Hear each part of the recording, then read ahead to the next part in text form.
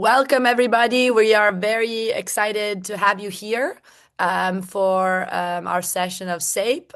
SAPE or SAPE is a initiative that brings together the Forum for Real Economic Emancipation, or FREE, SOAS, and the New School, and is funded by the General Federation of Trade Unions in an effort to bring economic ideas to actually have an impact of empowering and creating critical knowledge to take action and change our economic status quo.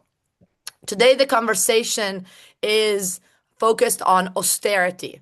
Now, austerity is everywhere, rarely used as a term, but really quintessentially characterizing the contemporary capitalist economy, both in the global north and in the global south. We rarely use the term, and when we use it, we usually define it in a way that is quite misleading. So we need to go back to understanding what austerity is. And in my own work, I've tried to stress how austerity has very little to do with living within our means and trying to balance the budget, and much to do with actually shifting resources from certain classes of society, namely from the working classes, in favor of the elite who lives off of dividends, interest, and rent.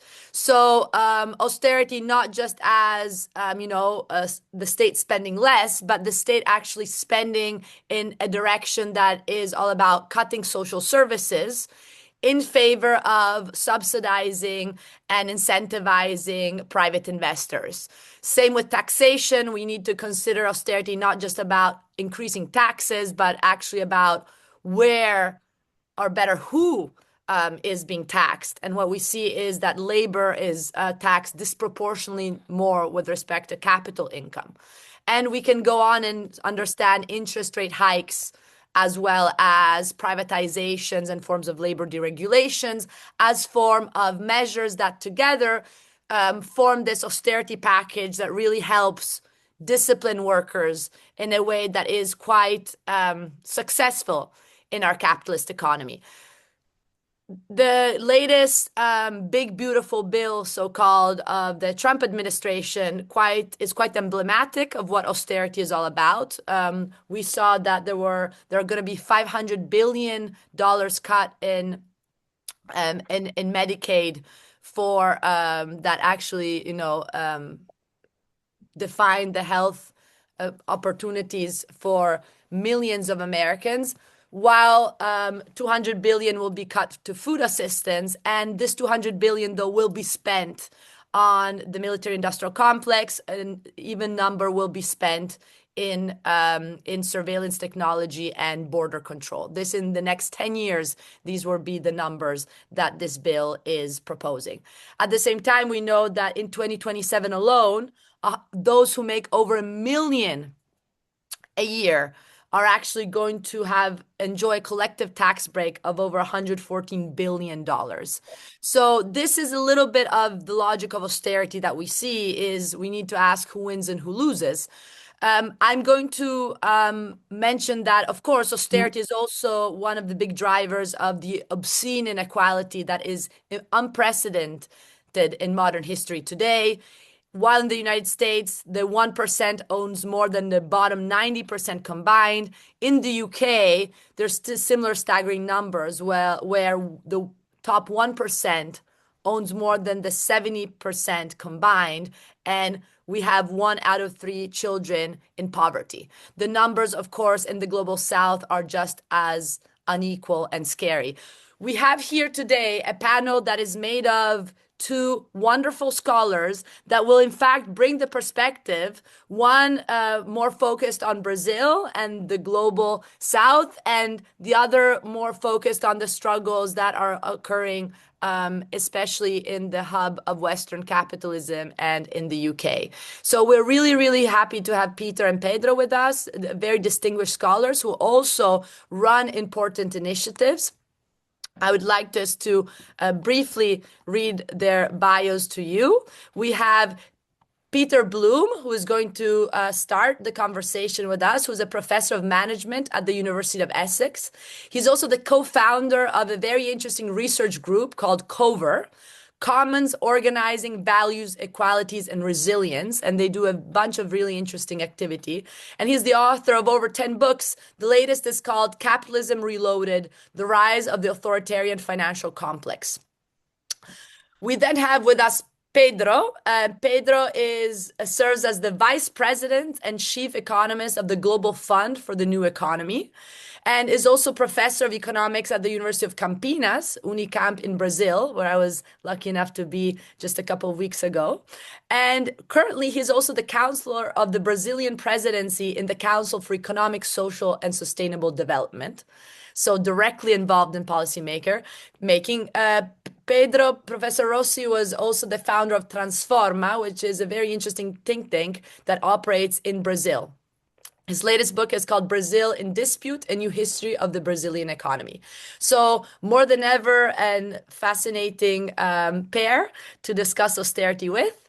And I would give the floor to you. The format is the usual one. We have 13 to 15 minutes per speaker, so that will allow us to then have a conversation and then open it up to questions. Thank you so much for being here. So do you want me to start, Clara? Yes, that would be great. Thank you, Peter. Thank you so much for inviting me, and thank you for that wonderful introduction. I think what I want to talk about today is austerity, as Clara kind of has talked about in her own research, not as a set of fiscal policies, or even as something of as a type of like budgetary or economic discourse of development. Rather, I want to talk about how it's actually fueling a particular type of capitalist logic and the ways in which this impacts us politically, socially, and also in terms of our own interpersonal relationships. And I think this is really important because when we think about austerity, we can either, when we explicitly talk about it, get bogged down in the details of needing to make cuts or provisions of social welfare or the lack thereof, or we can get into a kind of, I would say, more abstract argument about is there enough money for things or not?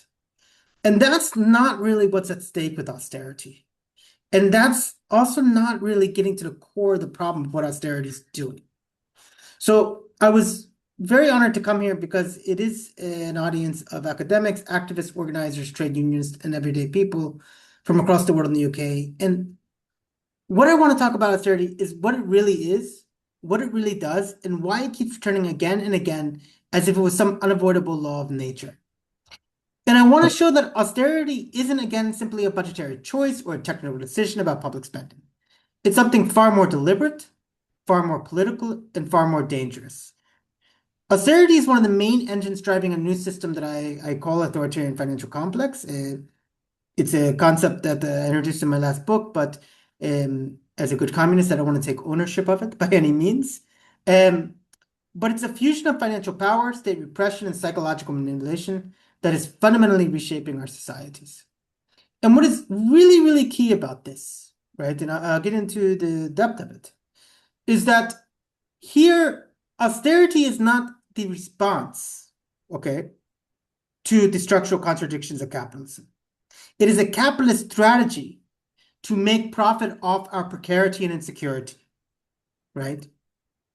And I think that is really important to understand that when we talk about austerity, we are not talking about how policymakers are simply reacting to issues of neoliberalism. Rather, we are talking about the commodification of insecurity and anxiety and scarcity in such a way that it becomes itself one of the largest profitable markets in the world presently.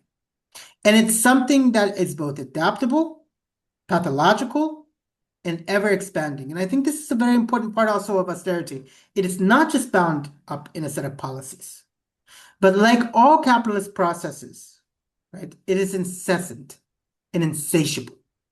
It's always looking for new markets to open and new commodities and people and populations to profit off of.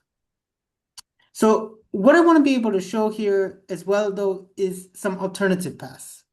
ways that I think we can reclaim a future away from austerity, not through processes necessarily of nostalgia or exclusion or band-aids of non-austerity, but through different forms of solidarity, democratic control, and forms of belonging community inspired by, I think, a more post-capitalist and fundamentally reoriented ideas of what it means to be in a society of abundance rather than scarcity. Um, so I want to first start by talking about how austerity is the increasing engine of the economy. When we think of the austerity, whether in our everyday lives, when our organizations, or whether the governments, we tend to think of it as something, if not inevitable, as kind of an end process, right? And what that means is that we say, okay, it is the response to something. And what that misses is the fact that austerity is the engine of our increasingly most profitable growth industry, which is our own insecurity and our own precariousness. And this is something that transcends both the global north and global south, if you want to use those terms, in quite diverse sets of ways. So let me begin then again with a very simple point. Austerity strengthens a system that thrives on insecurity.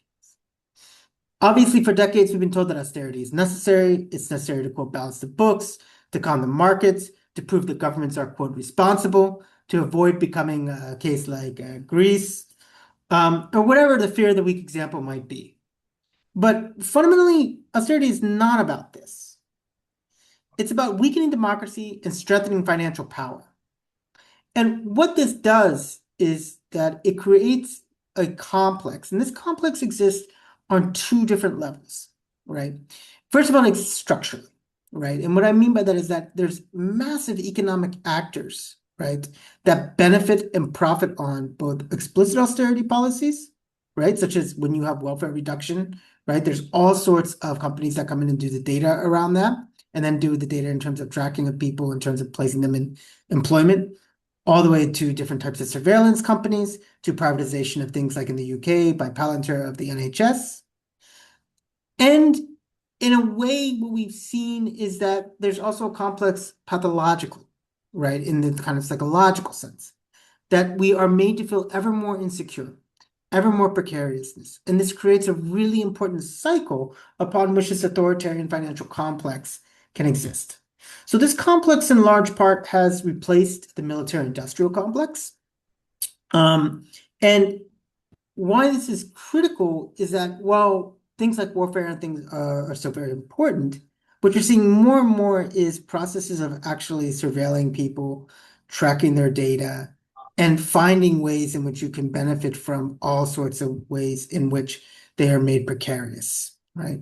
And this extends from a wide range of techniques, everything from things that are, explicitly repressive to things like the kind of new age coping industry of, how do you balance work and life?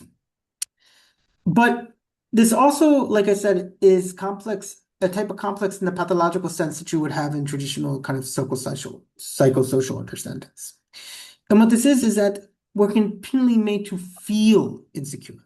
We're continually made to feel precarious. And that feeling actually feeds into our desiring our own repression, right? And what you get in something like austerity is that you don't only have this sense of, as Clara said in the introduction, a very obvious redistribution of the wealth, not only from the bottom to the top, but from the more productive classes, if you want to use this, to the least productive classes. But you also have something even more fundamental, is that people feel a sense of responsibility and desire for it, right? So people say, in the sense of insecurity, that we need more austerity. We need to be more responsible. We need to find ways to have greater value for money. I think a very obvious example of this recently was, which it just ended in not surprising quiet fashion. Starts with a bang and ends with a whimper, as most tyranny does sometimes. But Doge, right? And it was this real sense like we can find government savings. Now, why would this was interesting, right?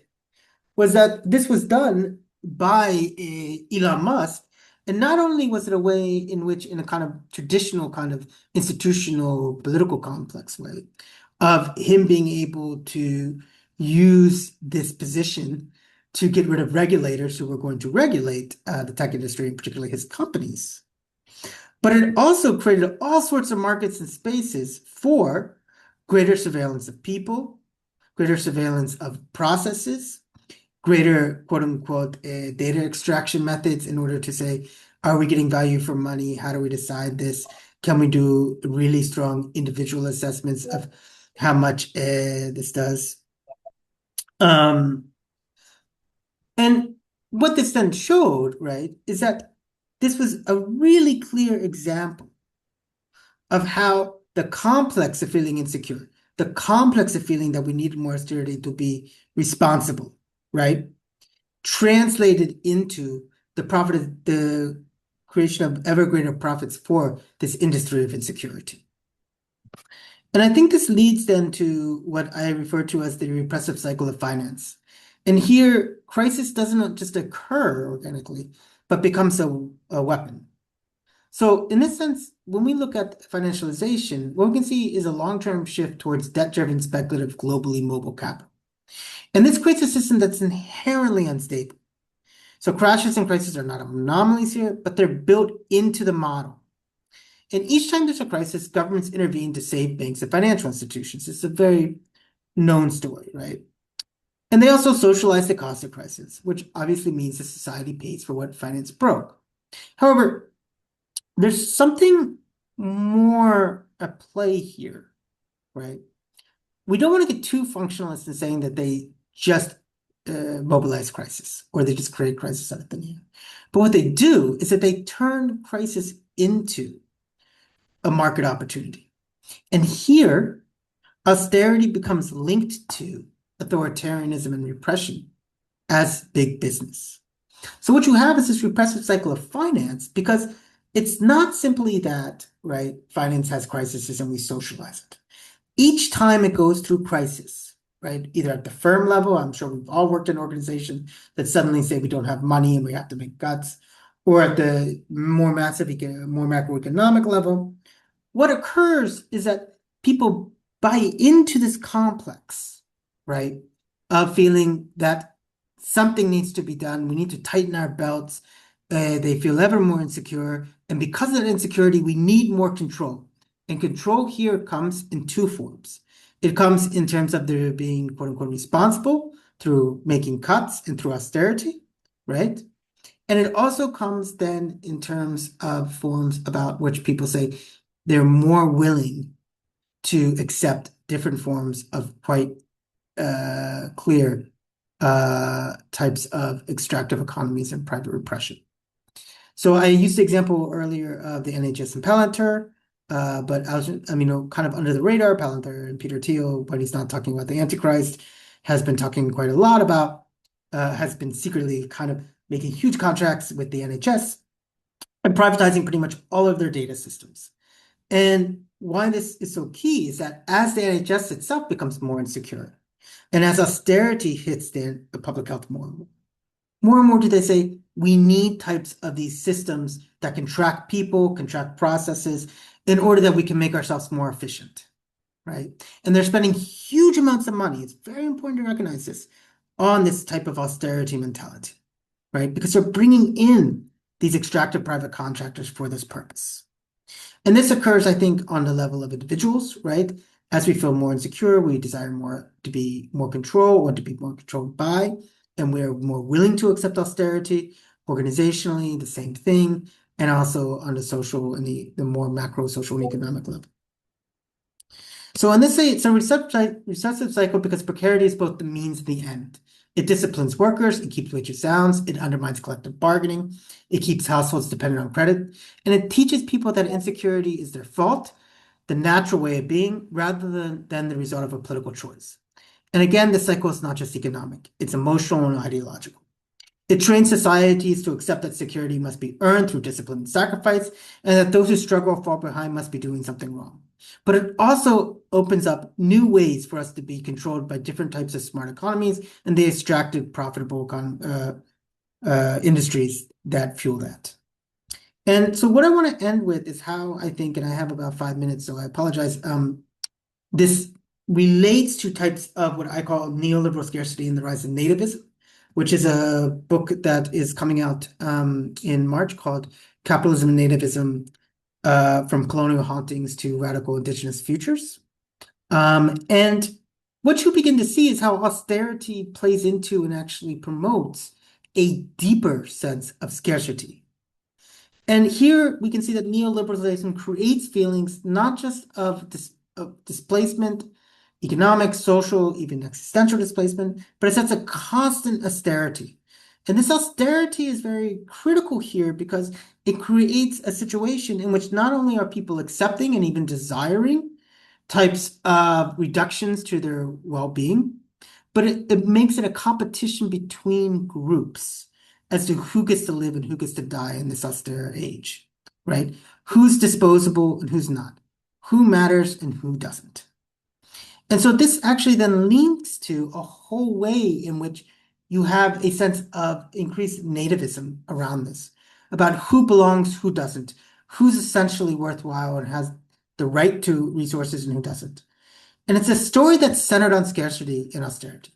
Scarcity of jobs, scarcity of housing, scarcity of school places, scarcity of doctor's appointments, scarcity of national identity, scarcity of cultural cohesion. And under austerity, scarcity becomes a lived experience. But crucially, the political narrative never blames the actual source of scarcity: financialization, corporate power, tax havens, deregulation, or privatization. Instead, it's explained as the fault of outsiders, scroungers, minorities, cosmopolitan elites, whoever the convenient enemy may be. So resentment is redirected away from capital and towards vulnerable groups. And this redirection creates, again, what I call the global native, a figure who feels that they are the ritual owners of a nation, a place, and they're unfairly displaced or threatened by invading outsiders. And that critically, that in an age of austerity, they are the ones who should be catered to and have the most rights to certain resources at the expense of these others. And so by producing precarious lives and telling the people their suffering is caused by the presence of others, this psychological and emotional manipulation is a powerful complement to this authoritarian financial complex, and it transforms social pain into cultural rage. And it says, you're suffering because of them, not because of austerity, not because of financial elites, but because of outsiders who are taking what is rightfully yours. And here, what we can see then is that austerity generates the emotional raw material, fear, loss, and resentment, on which nativism feeds, and which then further reinforces this ongoing repressive cycle of financialization. And ultimately, what I want to say is that the way in which we can really move beyond that is to not just try to address the symptoms of austerity, right? A little bit more investment here, a little bit more affordability here, some better public housing, but it's building alternatives that are based on abundance, right? And recognizing that the fundamental part of an economy is creating a society of abundance, not scarcity, going beyond growth towards abundance. And that requires us to have a politics rooted here, not in scarcity, but in care, reciprocity, sustainability, and collective well-being, in which we have the democratic control of finances, we have investment in care economies, we have universal basic services, green public infrastructure, and cross-border work solidarity. But it also requires us to rethink belonging itself. And this is fundamental. I keep saying that, I apologize, but it's really crucial and essential if we're going to fight austerity. And here, I think, more indigenous, and I mean, in the broader way, models of community, land stewardship, relationality offer powerful frameworks for this. And I'm not talking about here appropriating indigenous identities or romanticizing indigenous cultures. I'm talking about different types of epistemologies or ways of viewing the world that's centered on reciprocity, care, and responsibility, but in a very kind of radical material way to both human and non-human worlds. And these models help us imagine a future that is not rooted in austerity, where well-being does not depend on exclusion or scarcity, and where security does not rely on repression, and where community is built through shared care and well-being than shared enemies. And it shows us that belonging does not have to be zero-sum, that rootedness does not require borders, and that stability does not require fear. These types of futures are not nostalgic returns to the past. They're invitations to imagine new forms of solidarity and abundance, rooted, regional, and global, capable of confronting the authoritarian financial complex on its own terrain. So let me just quickly end with this. Austerity is a political choice, a strategy, and a weapon. It produces insecurity, then uses that insecurity to justify repression, division for its own profit. It thrives on fear, scarcity, and the belief that the world is too small for everyone to live well. But scarcity is a lie, and so too is austerity. It is an idea that we must sacrifice the many for the comfort of the few. And we can choose then abundance over austerity, solidarity over nativism, care over coercion, and life over this type of austerity-based necropolitics. In this way, the future is up to us, and it's shaped by the struggles we take up, the solidarities we build, and the stories we refuse to accept. Thank you very much.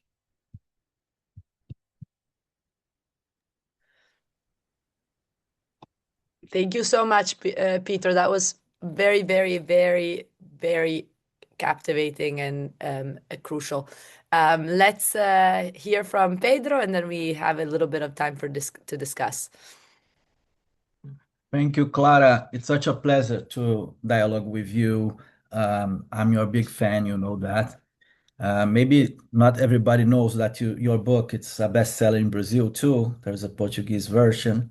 So, and you have been in our at Unicamp in our meeting, and that was a great interaction and a great success too. So it's a pleasure to be with you. A pleasure to dialogue with Peter too. So Peter and Pedro are the same name, right?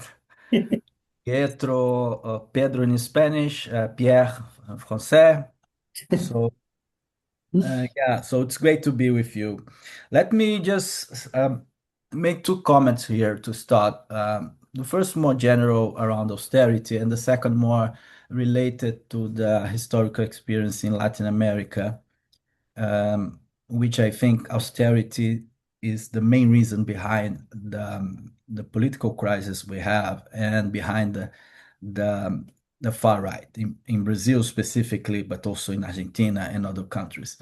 But let me start with this general comment, which I think has a lot of conversions with Peter and Clara. But my point is it comes from a different place, but goes to the same place, I think. I have been working on austerity in Brazil and publishing books, and my approach on austerity is more the fiscal austerity, right? So my concept is a little bit more narrow, but as you see, get to the same place, right? So austerity is not an economic concept, right? It's a philosophical concept, a religious concept, and so on. And at some point, government started to use, and politicians started to use austerity to transpose, like to take the virtue of an individual and take this to the state and say that the state, because austerity is something that can be well seen for an individual. I am sober, I'm responsible, I'm an austere individual. And then the politician took that and take to the state. And this is a falsification, right, of the story. And the myth behind this falsification to say, oh, my government is responsible, is austere, and so on. And the main myth, there's a lot of myths on austerity. So there's a whole mythology around austerity. But there is one of the myths is like to compare the government and the household, the government and the individual. And there are three reasons why government and household are completely different in this sense. The first one is that you don't define your salary. You don't say how much you want for your work, right? And the government, they decide the budget, right? There's a political process behind, but at the end, it's the society that decides what the government should spend, right? The fiscal policy is nothing more than how the society decides to spend collectively to transfer money from the young to the old in pensions, public pension systems, or to transfer money from the rich to the poor. It's a political decision that society can take, right? So it's a very dangerous political decision for the rich, for the corporations, and so on, right? And now also the fiscal policy decision of who to take from. It's the taxation side. Are we taking this money from the rich? Are we taking this money from the corporations and so on and so forth? Right? This is the reality about the fiscal policy. So, in dialogue with Peter, the scarcity, where is the scarcity there? Where is this argument that the government has no money to do that, right? It has money. There's a lot of resources around. Even in poor countries, even in Brazil, in developing countries, Brazil has no problem of scarcity. It has a problem of a really bad distribution of the resources. That is the point, because you can manage to allocate the resources in other ways just by making political decisions. So when people say there's no money for welfare, for health, for education, this is a lie, because there's a lot of resources there, right? But there are people spending with consumptions and things that we don't need, and other people are dying, right? So that's the thing. And there are social decisions, political decisions that can be taken can just end with that. So when I say that the first reason why we are different is because the household has the money that he got from his work, and he doesn't decide. The government is a public a collective decision, right? So this is the first difference between the household and the government. The second difference is also very important, is that when we spend our money, the money doesn't come back to us in any ways, right? The money just goes. And when governments spend their money, the money circulates in the economy, and a part of this money comes back to the government, right? And more than that, when the government spends the money, he influences economic growth. And economic growth determines the money he gets back, right? So there is a discussion on the role of the government in growth, in employment, that the myth try to deny, right? Conservatives try to say that the government has nothing to do with the level of employment, that the government has nothing to do with growth, but it does, right? And when government stop spending in a crisis, he's making the crisis bigger, right? So when a family goes through a crisis, the family cuts the spending, and this is a natural thing to do. Firms cut the spending and so on, but the government has to do the opposite. It's not that they are the same, they are the opposite. The government has to do the opposite of a family. I mean, if growth is it's about demand, right? It's about what families are spending, what corporations, and external demand. So if there is less demand from families, firms, etc., if government cuts spending, he's making the crisis worse, right? So this is a huge difference, and an argument to say that the government has to spend in crisis, right? And has to allocate the resources in a better way. And the third argument, so the family is different from the government because it doesn't define what he gets. It doesn't, when it spent the money, doesn't come back. And there's the third differences, which is also important. We don't have at home a machine to do money, right? And we don't have like a bond that everyone accept, and we don't determine our own interest rate. And the government does all that, right? Can print money, has a piece of paper, a debt that everyone accepts. It's the most accepted asset in the financial system. And it defines the basic interest rate that all the market goes after, right? So this is about money. This is a monetary discussion, right? And the government can allocate resources through monetary channels, right? So when we hear that government are the same as household and they have to just to cut spending in crisis, I mean, this is a lie. This is an absurd, right? And we have to keep in mind that all government spending have distributive impacts. It's very hard to see a government spending that it's neutral.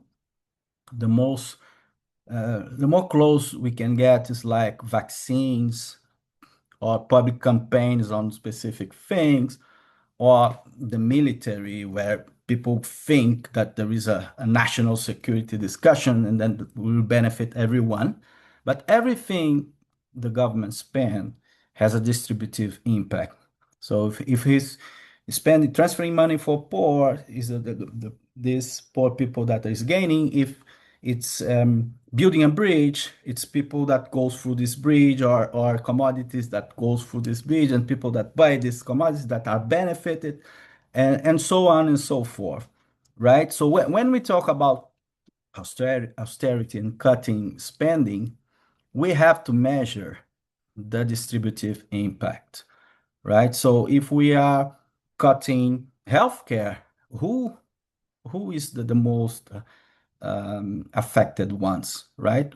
That's why here in Brazil we used to say that austerity is racist, right? Because there are the poor black people that suffer the most when you have less health and public education. Is also a gender issues, because in a male-oriented society, who take care of the kids when there is no childcare, right? And take care of the older, and so on, right? So austerity is an instrument, as Clara said in the beginning. It's an instrument of the class struggle. You didn't say that, but something similar, right? It's something that, of course, is giving gains to some, and given and other are getting worse with that, right?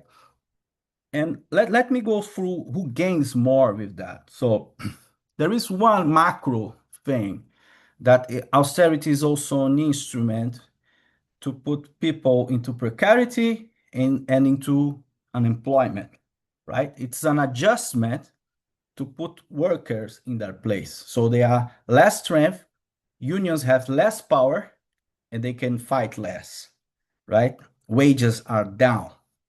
So crisis is a kind of adjustment of the system, and sometimes firms they can accept a temporary worse profit to rehire people with lower wages, right? So this is a classic discussion in economics, that there is a paper that it's entitled "The Political Aspects of Full Employment" by Kaletsky, and it's about that, right? It's an instrument to put workers in their places.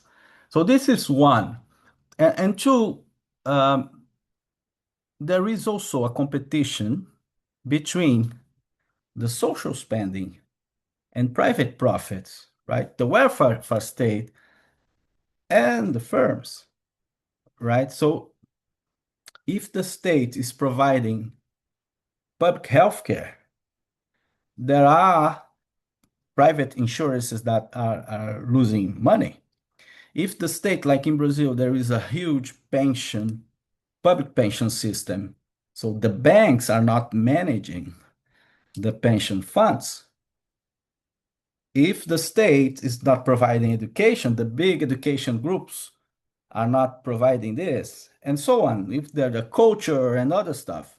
So there is a kind of competition, because at the whole zone, economic zone, that there could be profits, and the state is there occupying it.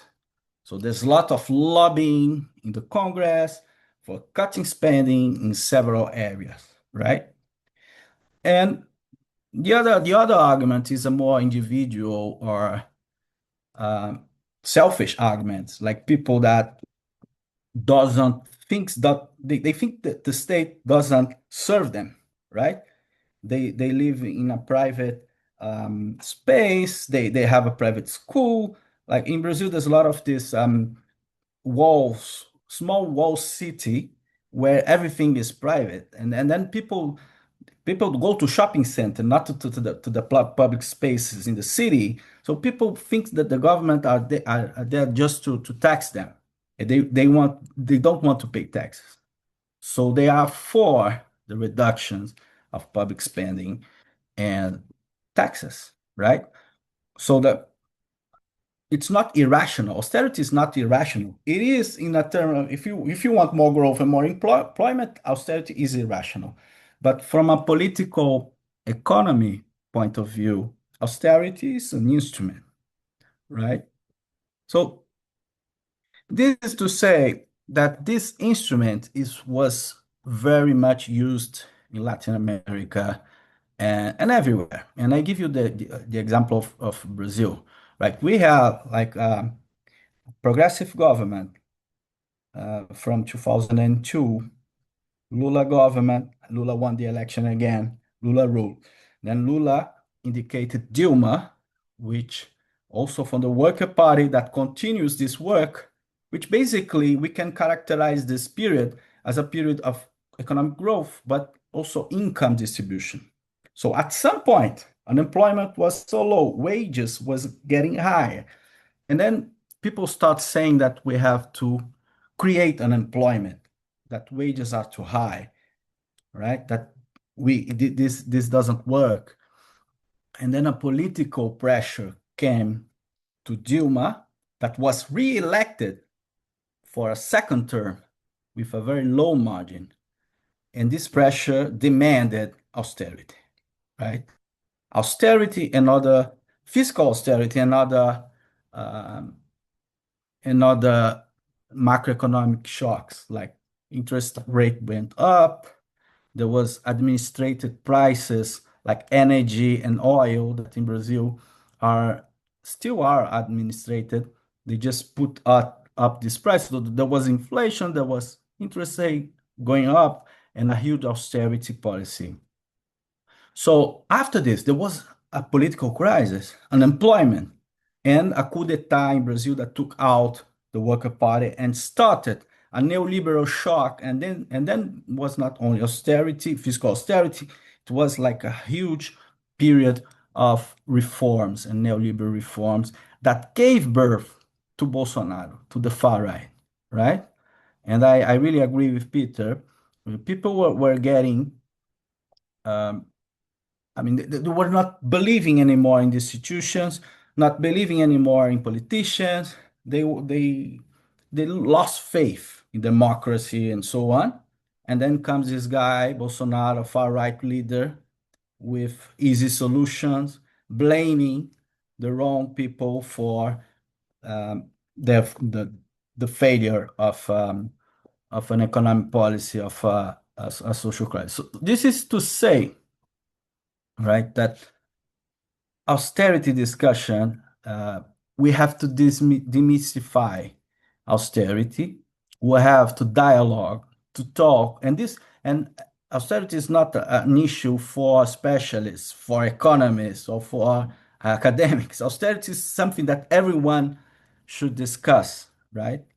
Because if we demystify this, we can find a way to say another word is possible, right? We can rearrange things, we can reallocate resources for a better society.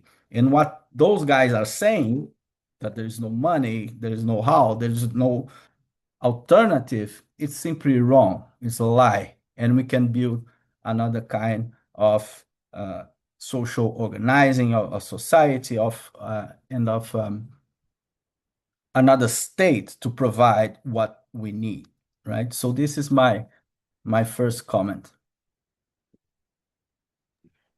Fantastic. Thank you so much to both of you. So it's interesting to see how both of your interventions really fit together well. And if I can just point out two, I think, important themes that emerge to demystify austerity. I think we are here all today to demystify austerity, to say the way it's discussed in public debate, the way it's even defined on any dictionary, if you Google online, is completely functional to the story that justifies the status quo. So we need a narrative of austerity that can actually empower us to understand who our enemies are. And in this sense, I think the first point that emerged clearly is that being austerity a political choice and an instrument in the hands of governments, there's nothing that about austerity that is about laissez-faire, that is about let's just step back and let the markets operate. That is a very false dichotomy, which gives you the sense that austerity is really letting the market be on its own while the state steps back.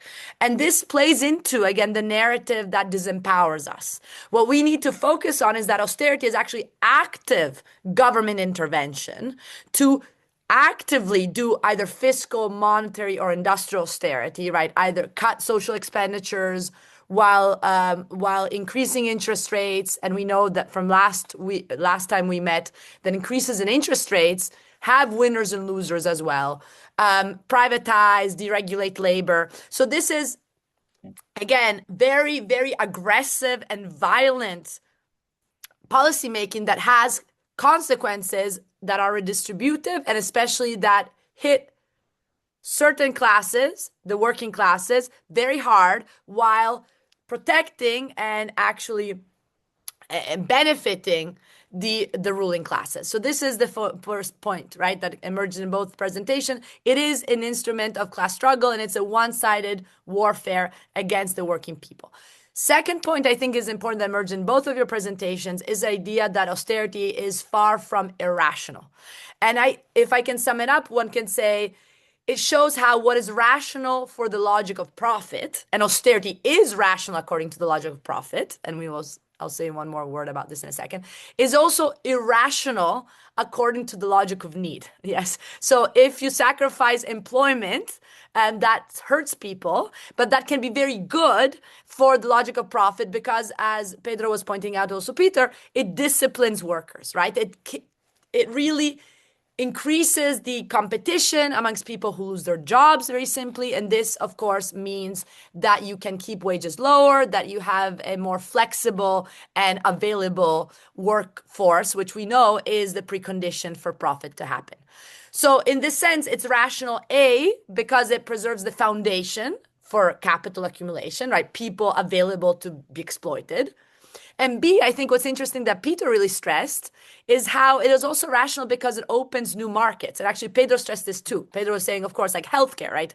Here in the United States, I delivered my baby and a very simple delivery, and it was $15,000, all in the hands of the private hospital, okay? So this is, of course, there's the markets that we know that are clearly very profitable, especially in the service sector. But then Peter was also pointing out in the novel markets that open up in terms of surveillance and security that is fascinating to note how is again connected even to the geopolitical element is where does this technology come from? And you see then why also the West is so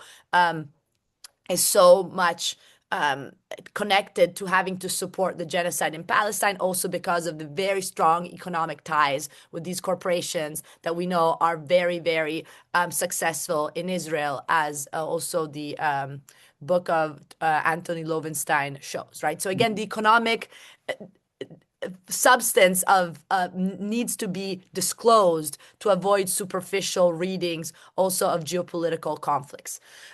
So I would say the last thing I want to mention is, of course, this point about saying how austerity shows the anti-democratic tendencies of our system. And again, I think it shows how authoritarianism, again, is a problem for us, for the logic of need, but it's not necessarily a problem for the logic of profit, because we know historically in Latin America is a very good laboratory for this, how much authoritarian regimes have played very well into the logic of our capitalist system. So these are just some comments, and I would like to maybe ask just one broad question to both of you is, if you can expand on maybe Peter, I would love if you could expand a little bit more on this, on these markets that open up in this, as you say, like creating this sensation of insecurity and scarcity that is then very profitable, and not just to discipline us, but also to extract from us as consumers, right? So you discipline us as workers, but you also extract it from us as consumers. And the other point I want to ask is, Pedro, if you could maybe say a couple words about how Brazil, and Brazil even less than many south of the globe countries, and you ended by saying who wins and who loses. This whole point, there's a very good study from UMass Amherst scholars that tell us that actually in the last 50 years, more than $2 trillion have left African continent to the global north because of high interest rates, most importantly, right? So how actually Africa is a net creditor, because once you increase interest rates, and again, monetary austerity is part of the package, it's also about preserving the underdevelopment. So there's the class dynamic that is domestic in the UK and the US and abroad, but there's also the class dynamic combined with the story of the creation of underdevelopment and the trap that the austerity makes stronger through increasing the financial dependence of these countries in the global south to the institutions of the global north. So maybe, Pedro, from you, a little bit more about how Brazil is trying to challenge that, because I know that even when progressive governments do try to break away, financial investors are ready to react. And this reaction can cause further pressure to do more of the austerity you were saying to us that Dilma was doing. And so this is for specific questions. Last point, general, both of you are involved in actively creating alternatives. And this is, I think, what makes scholarship so... When scholarship is relevant is when it is combined to actual transformation. Again, I was with Transforma in Campinas in a very interesting festival and also workshop to try to connect all the different think tanks that are active in Latin America in terms of alternatives. And Pedro, you're involved with also the Global Fund for a New Economy. And Peter has this wonderful cover research and active hub at the University of Essex. So if you could tell us a little bit more about like how you envisage your role in trying to do something to break away from the austerity trap, and perhaps ideas that can also the audience can take home in terms of also maybe wanting to join the collaboration. The plug is, of course, that I'm doing the same with the free, and so there's many ways in which you can get connected. Thank you so much. So I think I want to answer the first question you asked, and then if it's all right, I maybe want to ask a question to Pedro, because I think he gave Yes, a please. very fantastic talk. So I think the point I want to make about the new industry is that it's very multi-leveled, right? So let's start at the very basic level of the new markets. Well, one that we know very much is that there's this kind of new age industry of coping.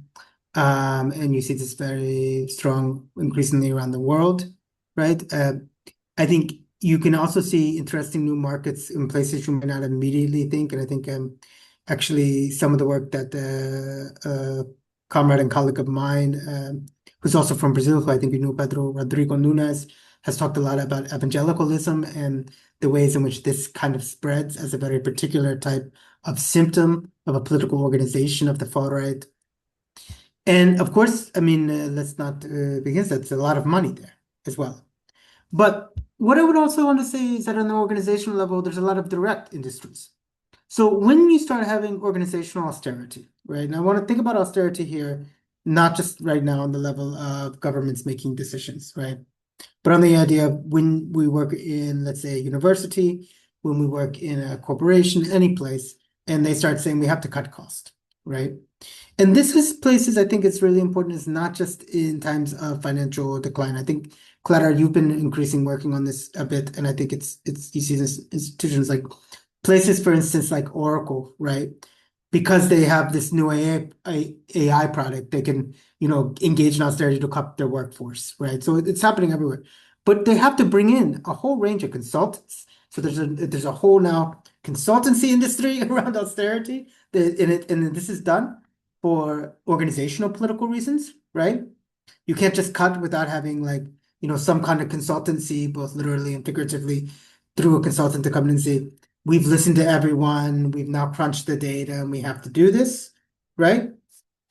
Also, massive sets of technologies for quote unquote efficiency savings, right? And for ways in which you're going to get value for money. And this isn't just in your typical kind of Taylorist efficiency, like automating, different things or the quantified self. It's even more, it's a more qualitative self, right? I mean, they're using increasing senses of emotional tracking, right? In order to see how your moods are and if you can be more productive and well-being. So austerity here on the organizational level, even in times when you may not have massive austerity at the kind of political level, it becomes an entire kind of hegemonic logic that sets up a whole range of industries. Now, at the macro level, though, I think there is a complex, and I say this, and I think this is a question I'm going to ask to Pedro, is that I think maybe in the early 2000s, and if I don't want to be provocative here, you could say austerity was a choice, just in the sense of exactly what you were talking about Lula and things like that. And so really, I think how you explained it was really on point and important, right? But the industries of austerity, such as the surveillance industries, I mean, right now, the kind of traditional factories that used to produce, weapons and things related to war, if they're not being replaced, they're at least being complemented by huge data centers. And these data centers require, right, people to be in precarity, right? And they also then are part of a global supply chain of an extractive economy. I mean, Brazil, one thing I'm sure you can talk about. I mean, and I'm sure Lula has had a very in a relationship to the agro-industrial industry and the types of public-private security that has arisen around that. And so I guess what I say then this is that this sense of insecurity and scarcity not only pervades all senses, right? All areas, from the organizational to the individual things, but they become fundamental parts of the economy. And I mean, you can see this with data centers, like we're 2 or 3 or 4 years away in the United States from having a situation in which even if there's an AI bubble, the data centers become such a considerable part of our mode of production that it becomes almost impossible to disentangle our economies from it, which means it almost becomes impossible to disentangle our economies from the extractive economy of rare earth. And again, what do you need if you want rare earth? Well, you have to have massive forms of surveillance and securitization, right? I think, one issue, and I don't want to lessen the issue or lessen the genocide happening in Palestine, but, it's also a water issue, right? And part of what is happening here is that they're using AI not only in order to be able to track populations, but to track how they can best monopolize water systems and the ways in which foreign companies can do that, right? So I guess, working at a policy level, and as you do, Pedro, and I know I do at a more local level, are we reaching a tipping point where maybe 20, 25 years ago, it would have been, I mean, and I'm sorry if this is now, but the interest rates, like you said, Clara, I mean, our entire capitalization of new technology relies on interest rate credit from the global south, right? So are we reaching a tipping point in which austerity has gone from a political choice to something that is fundamentally part of our mode of production and fundamental to the kind of logic of accumulation that is required, that it would make even a government like Lula, for instance, right, who may have a variety of complex logics about austerity, quite difficult. I mean, how does it disentangle itself from the agro industry complex, right? How does it disentangle? How does any of us disentangle ourselves from the data centers and these types of things, right? So that's something that I'm legitimately, genuinely questioning, because I'm not sure that it's so easy anymore to say it's a political choice, because I think it is a political choice, but it's also part of our now economic structures. That's a good point to start. Sorry, Let I didn't mean to put you on the spot, man. No, that's good. No, capitalism is a political choice, right? Yes, absolutely. Exactly. That's exactly. Uh, Yeah, yeah.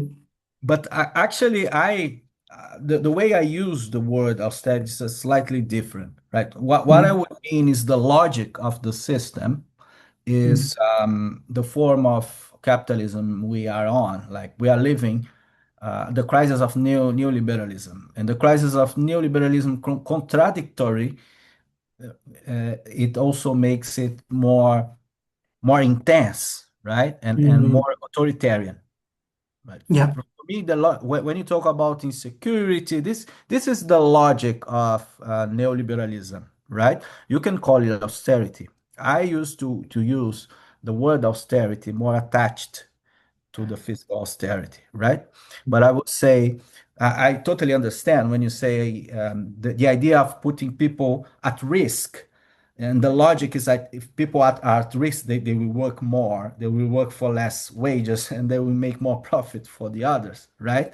So let's make everything secure so people don't don't doesn't know about the future, about the next year if they will have a job, and about 20 years if they will have a pension, and so on. So people will work more and will work harder and for anything they have, right? This is the Mm, logic of the system when you put all the neoliberal reforms and you see this. Austerity for me is that the fiscal austerity, and mm, it's a mm, really mm.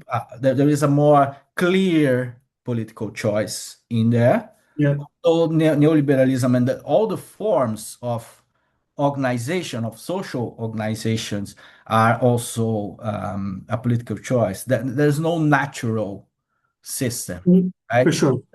When we read the way we can read the Capital of Karl Marx is basically to denaturalize what the traditional political economy said, like the system works as a body and so on and so forth. Like we have the natural propension for trade and for transforming things into commodities and for division. No, this is a political system historically made, right? Not natural. Yeah. So, Can I add something to that, Pedro? first, Because I think it's important is that when we say austerity is a political choice, I don't think we mean, I mean, not when I say that, I don't mean that Mm, this means that, there would be other choices under capitalism that would be just as successful, right? If I mm, think there, in my view, austerity is a political choice because capitalism is a political choice, but yeah. austerity is required by capitalism for it to perform well. Again, not Yes. for us, for itself, right? And Mm, so when you say, I think the way you pose the question as if it was either or, I don't really see it mm, that way. I see it like the political choice is to continue mm, perpetuating the profit structure and deepening it. And this is kind of like not really an option. That's the thing. Like choice for me doesn't yeah. mean like there's other options. It means like it's definitely like an active decision, which is those structural. But once you Mm, kind of once you do decide to kind of focus on the pillar of private investment and on wage labor to run society, then for austerity really sure. protects these two pillars. Because if people Yeah. do decide to not go to work, then the system Mm, collapses. And if private mm, investors don't invest, the system collapses as well. So if you want to avoid the system from collapsing in a fundamental way, there is a certain dosage of austerity that is required. mm, Sorry, mm. that's I'm gonna stop. no, No, no, that's no. I mean, I wanted to say just quickly is that I agree completely. And when I was speaking choice here, I meant I think we have reached a point where even the semblance of electoral solutions have to be complemented with new modes of production because exactly the ways in which these forms of whether you want to call it scarcity, austerity, and the markets around them have become so embedded into the mode of production of contemporary capital. And I think that's why when I was saying political choice here, I meant it in a very narrow way, like because I completely agree with, we're on the same page with this, right? Which is that it's more than just saying one day a kind of center-left politician can come and say we want to do something different, right? Exactly. We're now at the point of system change. Yes. yeah, yeah. That's really interesting. I could go on that, but you Clara made other questions. But just to add on this thing, which is kind of polemic because some people don't like that. Even inside capitalism, there are periods where there is more. There can be periods of there is more welfare. There is gains for workers because even if we take like a Marxist view of the state, right? What is the state, right? The state is part of the class struggle. Of course, there is a class that is stronger than the other, but that it has basically two contradictory roles. One is to help the corporation and capital to have profits, right? And the Mm. other one, it's to keep the system stable, Right. right? And to legitimize institutions and so on. This is contradictory because, I mean, if you are doing one, the workers are getting mad, and so there's social crisis, political crisis, and we are living one of those, right? Because, I mean, and then we have the phenomenon like Trump, like Bolsonaro, like Milei, like others, so there is room for change if we want, if I mean, even capital wants I mean, Right. in an interested way Mm. to keep Yeah. the system less vulnerable to craziness, right? To chaos, to social crisis. So it's a moment of change. Of course, we have to take this moment and make the change go deeper, right? Mm. So but Clara asked us to talk about the alternatives, right? Should we go Mhm. into that? Absolutely. I've Yeah. spoken a lot, so please, I'd be interested, Pedro, you if you would like to start, Yeah. and then I can speak about some of the things that we're doing as well. And you use a word, Clara, which I like a lot. Use the word underdevelopment countries, right? Which is a very interesting thing. And sometimes people from the global north doesn't um, take consciousness of that discussion. Because when people say like there is a developing country, it's like he's on the way towards development. He will get there, right? He's doing the right things to get to develop. And then there is like a Brazilian economist, Celso Furtado, that just said that we are not developing, we are Right. under development because we are not on the way to something to there. We have a historical condition that is determined by this relation, which is an asymmetrical relation between North and South, between rich countries and underdeveloped countries. So the extraction you are talking about, the interest rate and the real resources and so on, it's part of this system that is made to work to benefit the rich countries, right? So to be developed is you have first to broke with the underdevelopment condition, right? You have to have a sovereign development strategy. And here I come to the alternative thing. When I talk about development, you can use another word, but I'm talking about structural change, right? Development is about structural change. Which kind of structure? I'm talking about economic structure like the labor market, like the consumption pattern, like the way we produce things, like the industrial sectors and so on. And we have to radically change the economic structure, like Mhm. the income distribution structure, the wealth distribution structure, the way we produce things, the way we use energy, the way we um, do consumptions and so on. And we have a huge opportunity with first the crisis of democracy that we was just discussing, and also the climate crisis. So how to deal with the climate crisis? We have to change. There's no way without changing, right? Mhm. And this alternative model has to come by a conscious way of organizing society and not on an unconscious one. And I say unconscious in a way that the markets determine what. Instead of being guided by profits, corporation, markets, we have to be guided by people, right? People using instruments, and there's no other instrument, um, better instrument than governments, right? We have to have democratic governments, right, to allocate resources in a transformative way. So we have to redefine, to rescue the role of the state, because the state in this neoliberal period has been delegitimized, the social spending and so on. So we have to rescue and redefine the role of the state and put put it in the new challenges we have today, right? So, and each country will have its own specificities, its own strategy. There's no one way for everyone, right? So the alternative, the development strategies will be on each of the country. But I see a lot of room, Clara and Peter, to have this discussion today because, I mean, I just went to Belém to the COP31. People keep discussing market instruments to try to change things, and it doesn't change anything.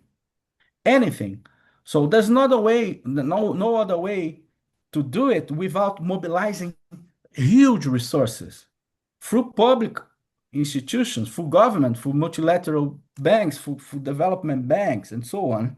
You have to really change the narrative in a way that we can reorganize society. I mean, I would agree with all of that, and I think that's very powerful. I would also want to add to that I think it's a mix of addressing these structural issues through available instruments, but in a radically transformed way, such as things through like development banks, right? But also creating, and when I say on the ground, I mean both literally and figuratively, alternative economies now. And what I mean by that is, I think there is a way in which the dialectic has come, in which we have reached a point, right, where we have to give people a radically existential consumptive choice between, do you want socialism or do you want capitalism? And that means that we can't rely on macro logic such as an extractive economy, even for redistributive purposes, right? And I'm not I think I'm not going to, create an over critique of this, but I think we saw this with the pink tide, right? I mean, these are the dangers of this. But we do have things like, distributed manufacturing, digital fabrication, new ways of actually creating community-based data that allows us to understand what people actually need and the ways to better grow things and distribute things and create a more democratic planned economy. And what we need to be able to do is we need to be able to match both the struggles of what you're talking about on a policy level with the actual existential materialist choice of saying, this is what a commons housing stock looks like. You don't need to own a house. You can actually live in a housing commons. This is what commons community-based healthcare looks like. Yeah. You don't need private insurance. You can have this, right? And the danger that I think we find ourselves in is that I think the struggle is the contemporary materialist struggle is actually in these kind of very material alternatives, right? Because we have reached the point where we do have a different imagination to a certain extent that we need something different. But we haven't reached what I see the either second or third stage of this, and this is work I'm doing now, which is rematerialization, right?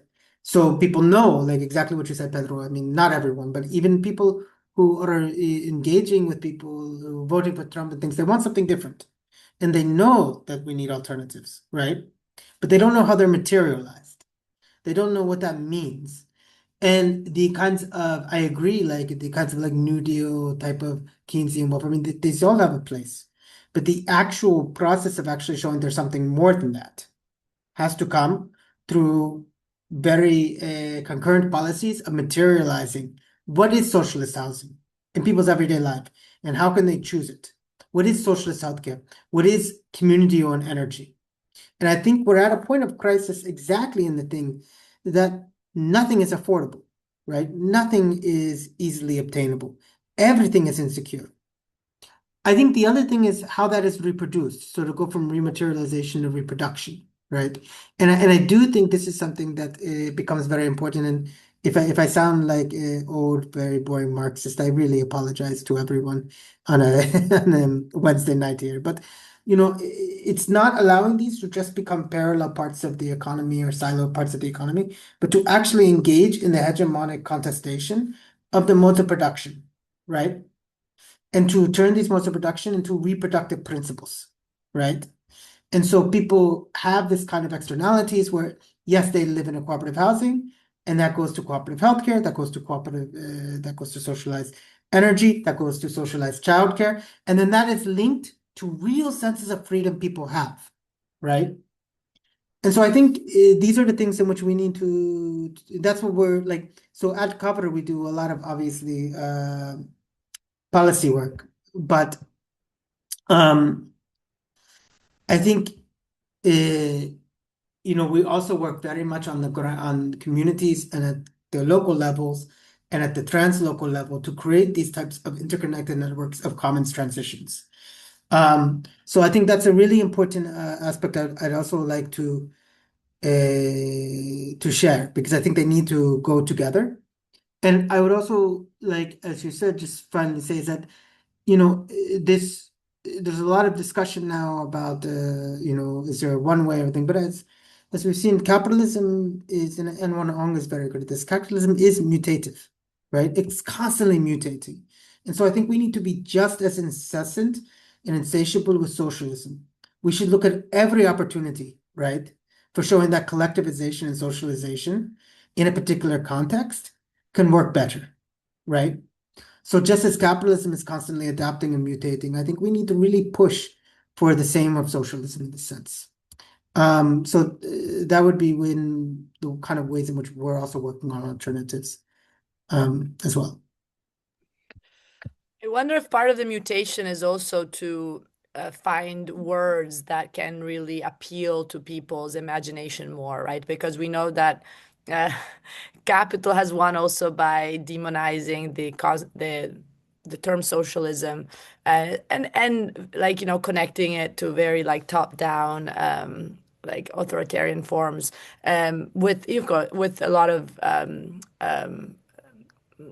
revisionism and ignorance. But I do think that like even the term commons is a term that people like saying fighting affordability, security, commons, Sure. productivity. That I think is a way I'm seeing also here in Tulsa. It's something people are really receptive to, and it's just like so obvious that this is what is in the interest of everyone who's not the shareholder profiting from the disasters. That I do think there's a lot of space, especially if one, as you say, this idea of materialization of alternatives is crucial because this is really the weakness of the left. They criticize, and then when it's about, okay, what do we do? They remain very vague. So I think if there's possibility of like showing how some local pilot programs, we're Absolutely. struggling with this here at the Free, is like we're doing the educational part. It's like how do we Yep. become concrete?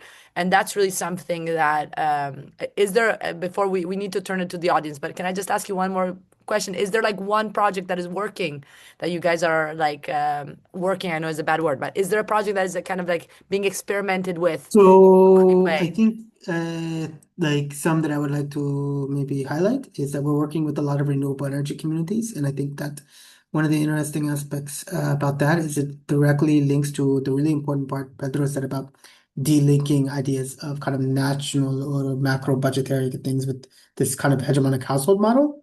So, in a sense, we say, look, do you want like to have free energy? Because you can have it in 5 years, right? If you own it, right?